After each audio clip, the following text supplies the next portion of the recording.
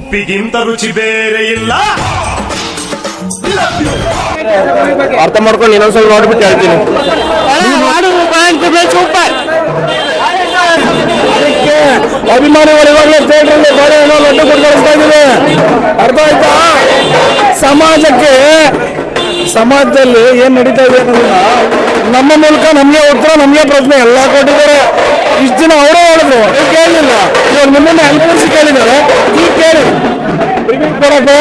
ಸ್ವಾಮಿ cinema ನೋಡಿ, cinema ಇದೆ.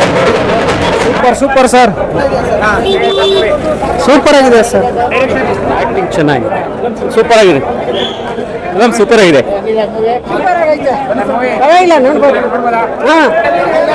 ಚೆನ್ನಾಗಿದೆ sir, super super super super super ಆಗಿದೆ, ಸೂಪರ್ ಸೂಪರ್ ಆಗಿದೆ. ನಮ್ಮ ಬಾಸ್ ಚೆನ್ನಾಗಿದೆ, ಸೂಪರ್ ಮಾಡಿ.